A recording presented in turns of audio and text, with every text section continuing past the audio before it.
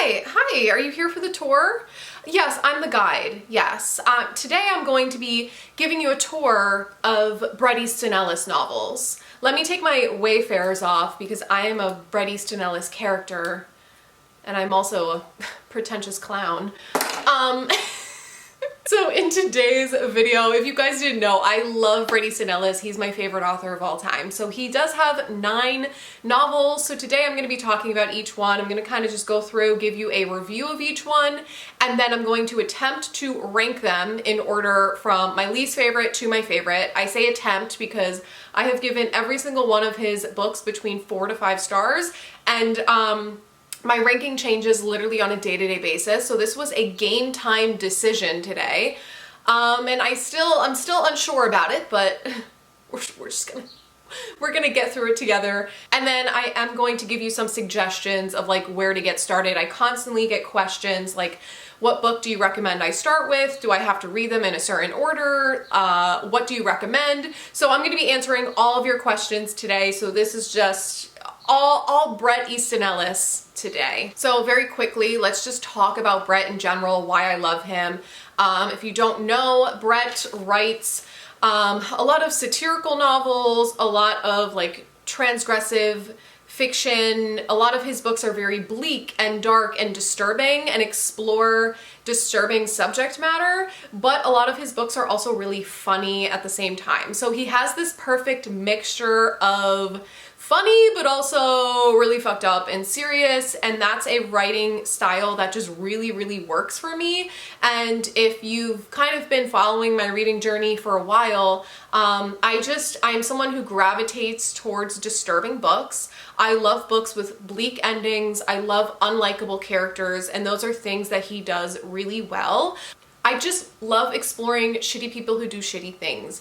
A lot of his characters are very empty, detached, hollow, nihilistic, and I don't know, just that overall detached, numb feeling that I get from characters and exploring like the shady, fucked up side of humanity. That's just always something that's really worked well for me. And he is also like one of the very few authors that I can sit here and confidently say I find him funny and I actually laugh out loud at a lot of his books. And that is not something that I can say for many people. Like I can think of maybe 3 authors off the top of my head that have actually made me laugh while reading one of their books. So that's why I love him. His writing style just really clicks for me, really works for me, and I love it. I'm obsessed. Okay, so first I'm gonna go in order of publication and give you a quick review. So his first book was Less Than Zero. This came out in 1985. Bret wrote this in high school,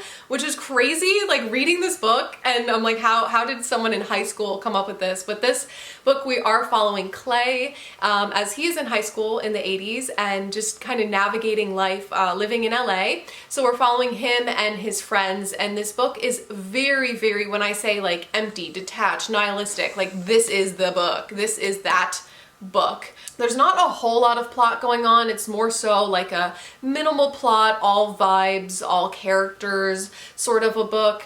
But it's just exploring that bleak, dark side of humanity and human nature, and you can literally just feel how detached Clay is. You can feel how empty and hollow these kids are living in LA, and they're all wealthy and rich and do drugs all day long. And it's really just exploring like this character and how he interacts with the world, and how even though you are privileged and wealthy and have everything that you could possibly need, you're still not fulfilled. We're just following their town and how everyone is afraid to connect with one another and really explores alienation. But I love this book because Bret is not afraid to go there, especially in terms of like shocking, disturbing subject matter. He's not afraid to go there, and I love that, and I love books that push boundaries, and this one definitely did it. Yeah, it really just goes to show how freedom is just another form of imprisonment sometimes. So Love this. Then his second book was The Rules of Attraction. This came out in 1987. So in this book, we are following 3 different people, and they're all in college in the 80s. And these 3 students are in a love triangle. So we're exploring a lot of like sex, drugs, nihilism, trying to navigate love and looking for love in the wrong places, and how no one ever likes the right person. That's an actual direct quote from the book. So it's like one of them likes the other one, and then that one likes this one, and this one likes this other guy who doesn't give a shit. So yeah, just a lot of mixed signals and false assumptions going on in this book. I absolutely love this one because this is just classic Bret, where this book starts out so satirical and hilarious, and then just ends up getting more bleak and like has this deep layer of sadness as you go on. And that's something that really, really works for me. I absolutely adore this book. Just all these relationships are so one-sided and lack meaning and depth. And really, this book just explores shitty relationships. Then his third book was, of course, American Psycho. This came out in 1991. This is his most well-known book, obviously. And if you don't know, we're following Patrick Bateman, who is a wealthy investment banker who may or may not be a serial killer on the side. He's obsessed with everything from fashion to music to all these surface level things because he's trying so hard to fit in and blend in with everyone else who's normal. And he's just so detached, and really this book just explores consumerism and materialism and that emptiness of wealth and privilege. And I really just love how this book is so funny, so satirical again, and then just gets really disturbing, really dark, really violent, and you don't know what is what. This book is just it's like whiplash. It's like one thing's hilarious, then all of a sudden something horrific is happening. It just constantly keeps you on your toes. This has a special place in my heart. Then in 1994, Bret came out with The Informers. This is it's an essay collection, or like a short story collection, following these different characters in LA. They're kind of all loosely connected in a way. They all are from the same town. So in this one, we're following these different stories, and they're everything from just rich people hanging out doing drugs to very disturbing, violent stories. So again, it's like another mixture of anything from empty, hollow, rich people doing drugs to satire to crazy balls to the walls violence. And they do get more disturbing as the book goes on, I'd say. Again, bleakness, emptiness. These characters just lack empathy, and you can really feel just how detached and numb they are when they describe situations or when they engage in an act of violence. See how they lack remorse and have little consequence. And that's something that is just so disturbing to me. Reading the POV of someone who lacks that empathy and shows that emotional detachment is like it's a wild ride. And Glamorama came out in 1998. Am I saying that correctly? Glamorama. This is more of like a thriller-ish about celebrity culture. So we're following Victor. He's like this famous fashion model. He's opening up a nightclub in New York City. He's out partying, doing tons of drugs. He's like cheating on his girlfriend. He has multiple girlfriends. And the first half of this book is super satirical, super just obnoxious rich people doing drugs. That's what we're following in the first half of this book. I loved it. I thought it was hilarious. The second half takes a wild turn because Victor kind of gets mixed up in this terrorist organization. It gets super serious. We're following this like thriller sort of plot line, and yeah, all kinds of wild things start happening from there. I won't give anything away, but this book is about terrorism and how he's trying to like track down this old girlfriend of his. So this book really just explores, like I said, celebrity culture, the media, and this one really blurs the line of fact and fiction. Like, you sometimes don't really know what is going on, what is happening. Some things are very ambiguous. And I think that's something that Bret does really well in his books. He has this way of writing where you always have questions when you get done with a book. And a lot of the questions don't have answers. So it leads you into this like downward spiral once you get done reading. And I typically, like, it depends on the author, it depends how it's done, but his books, it's something about, I don't know, there's something about his books where I just love the way that he does that. And Victor is an example of a character who is unreliable at times. He starts kind of losing his sanity, and we don't really know what is happening after a certain point. This book did kind of feel like it abruptly shifted. At the halfway point, like, I'm like living, laughing, loving, this is so funny, and then all of a sudden it's like, boom, terrorism. So it did kind of have this like abrupt shift in this book, and it did end up feeling like a little bit long for me, but I still really enjoyed this one. Then in 2005, Bret came out with Lunar Park. This is an interesting book because it's sort of like autofiction meets horror meets psychological thriller. This one we are following, it's like a fictionalized version of Bret. So Bret's writing about himself and how, you know, after he came out with Less Than Zero, my dog, after he came out with Less Than Zero, he blew up into this famous author, and he was out, you know, doing drugs and partying all the time.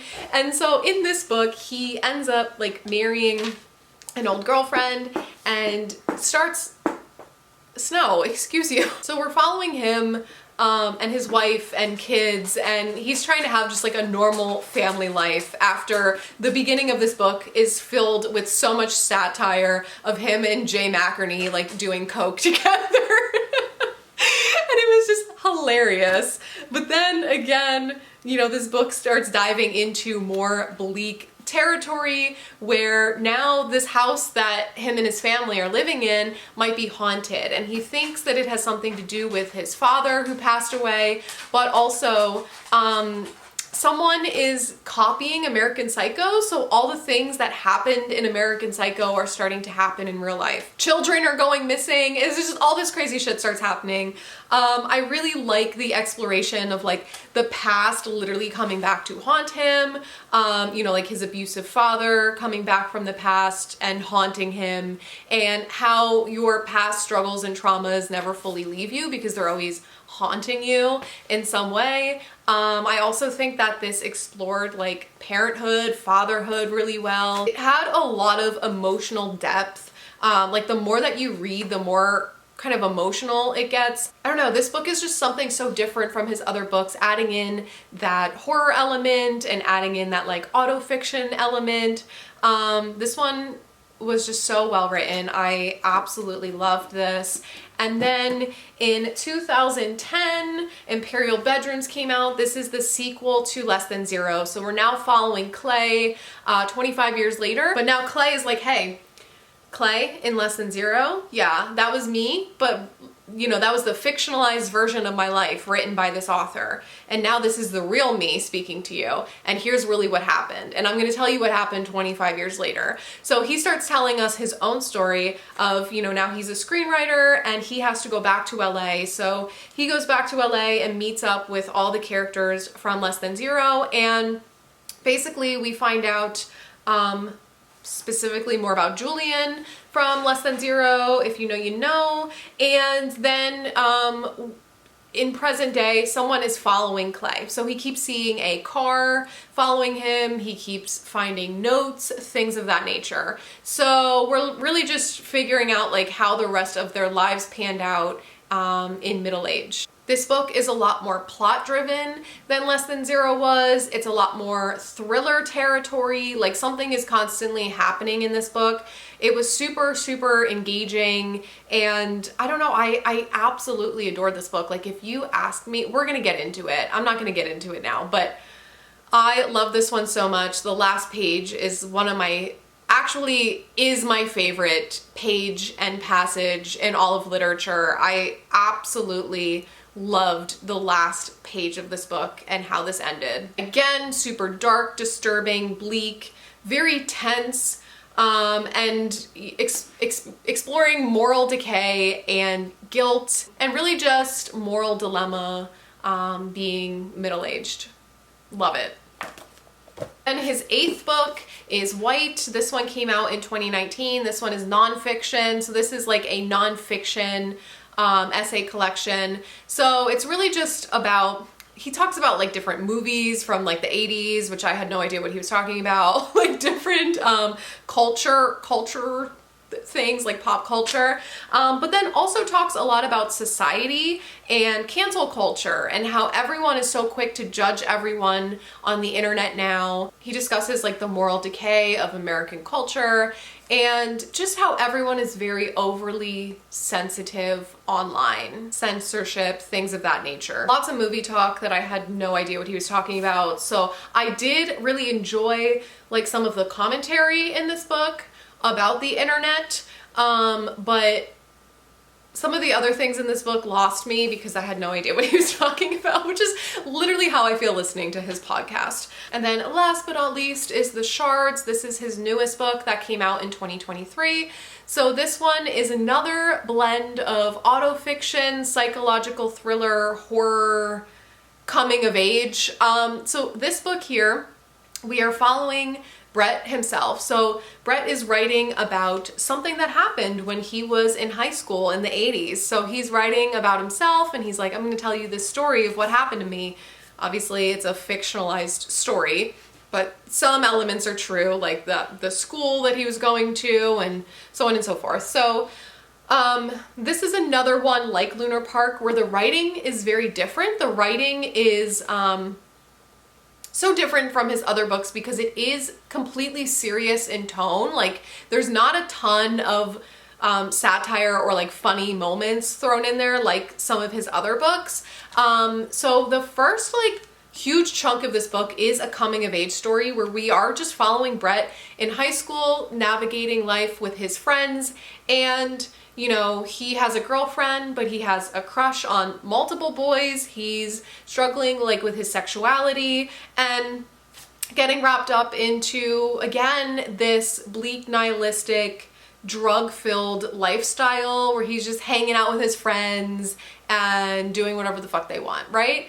And there's a new kid at school named Robert Mallory who Bret becomes obsessed with because he thinks that something suspicious is going on with Robert because there is a serial killer on the loose called the Trawler, and the Trawler has been lurking around the town. There's girls going missing, there's murdered girls showing up, and yeah, so he thinks that Robert is maybe connected to the Trawler, and he's trying to prove that something is going on with Robert based off of like no information whatsoever. So we are following his like spiral into this obsession, and this book is so well written. You really feel like you're going to this school. You feel like you're one of Bret's friends. Like you feel like you are there. You feel like you know these people. And yeah, I had such a fun time with this one because there are all these little things that happen in the book that lead up to this crazy, mind-blowing ending. The last like 100 or so pages, 150 pages were just, it was just whiplash of, oh my God, you have so many questions. So many questions, and you're trying to figure out the answers, but there's so much ambiguity in this book, and I think this one was so masterfully written, so well done, had my head spinning. I read it twice, and the second time I read it, I was spiraling even worse than the first time. I don't know what it is about this book, but this is one of the best endings I've ever read in a book. This one was so well written. So now it's time. It's time. I'm going to attempt to rank these from my least favorite to my favorite. I have an idea, but this actually changes on a day-to-day basis. Okay, rapid fire. Rapid fire. Don't think about it, Meg. Just do it. Least favorite, number 9. White, his nonfiction collection. Too much movie talk for me, okay? Like it, but there's too many movie references. Okay, number 8, Glamorama. Love this book, but the shift in the tone was a little too abrupt for me, and it was a little too long for me, but really enjoyed this one. I would like to reread it soon. Number 7, The Informers. This is his essay short story collection. Love this, really well done. Is it a favorite that sticks out to me? No. Now here's where things get tricky, because the last 6 remaining, I've given all of these 5 stars, and if you ask me tomorrow to rank my favorite books, I would give you a completely different order. I love every single one for a different reason, and all have like this special place in my heart. In number 6, I'm gonna go with Lunar Park. This is another one like I feel like I need to reread. Absolutely love it. So well done. Does it stick out to me as much as the others do? No. In number 5, I think I'm gonna put this book. If you asked me a month ago to rank my favorite Bret Easton Ellis books, I swear to you, this would have been like my number 2. It would have been my number 2. Now I'm putting it in number 5 after rereading a couple of these. This is like so close. It's so close, you guys. Imperial Bedrooms. This is the sequel to Less Than Zero. Obsessed with this book. Does it mean as much to me emotionally as the others? No, that's why I'm putting it in 5th. But like I said, literally would have told you a month ago that this is like my favorite book of all time. Number 4. Number 4, I'm gonna go with The Rules of Attraction. Absolutely love this book. This is probably his like easiest to digest novel, but I love this book so much. I love following messy relationships and books about love, okay? So that one, number 4. Number 3, this is tough. This is really tough. I'm gonna go with The Shards. This is so masterfully written, so freaking well done, but it's too long. It's 600 pages, let's be real. There were points in this book where I'm like, oh my god, this is going on too long. Like, just let's get to the crazy stuff at the end. But I absolutely love this book. I can see why a lot of people say that this is their favorite. Obsessed. Then number 2, Less Than Zero.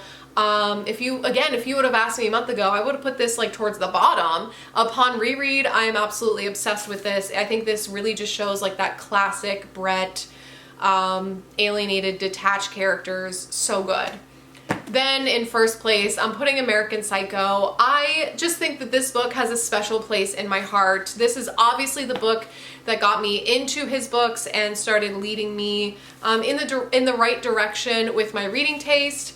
This is just very sentimental to me. I've always been a fan of American Psycho. I've read this multiple times, and yeah, I don't know. This one, I love Patrick. I love the funny, satirical moments mixed with that bleak, disturbing violence. It's just everything that I look for in a book, and I have to put it in first place. It's my favorite book of all time. I can confidently say that. This is my favorite book of all time. Now, the order that I think that you should read these books, I think everyone needs to start with Less Than Zero. I realize a lot of people are going to start with American Psycho. I started with American Psycho. It doesn't really matter. You can read this one whenever you want. I know that this is a classic. This is the one that people read. Read American Psycho first if you want. I do think a lot of people should start with Less Than Zero. It was his first book. I think it does kind of show his like detached, numb characters really well, and kind of puts you into that Bret Easton Ellis universe.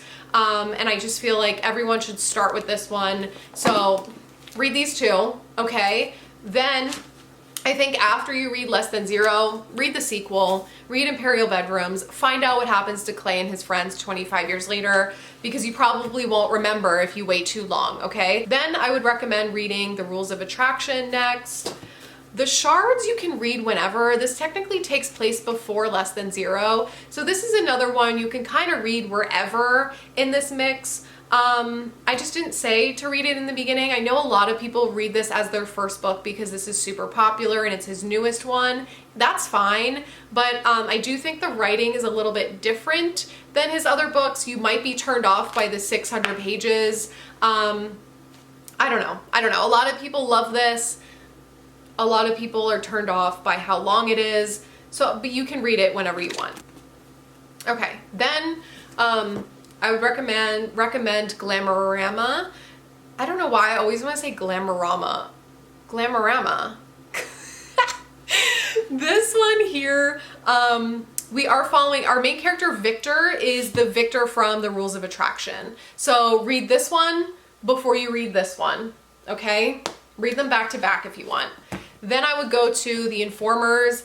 Some of the characters in here do overlap with like The Rules of Attraction, for example. It's not necessary that you read these books before this one, but if you wanted to read about the characters that you've already read about, read this one next. I don't even know if I'm making sense. Then read Lunar Park last. This book spoils American Psycho, it spoils Glamorama, it might spoil Less Than Zero, I don't remember. It spoils a few books. Read this one as his last fiction book. And then White, honestly, you can read whenever. I don't remember if this one spoils anything or not. He does talk about his books a little bit in here, so maybe save this one for last. So yeah, that is basically the order that I would read these in. Yeah. Less Than Zero, Imperial Bedrooms, The Rules of Attraction, Glamorama, The Informers, and Lunar Park. And then these three, American Psycho, The Shards, and White, read whenever you want. So yeah, that is my video. That was my guide to Bret Easton Ellis's books. Let me know in the comments down below what your favorite Bret Easton Ellis book is, and if you want to rank them, let me know your ranking. We all have different opinions and I would love to hear them. So yeah, that's it. That is my video. I hope you got something out of this. I feel like I'm spiraling. I love you guys and I'll see you in my next video. Bye.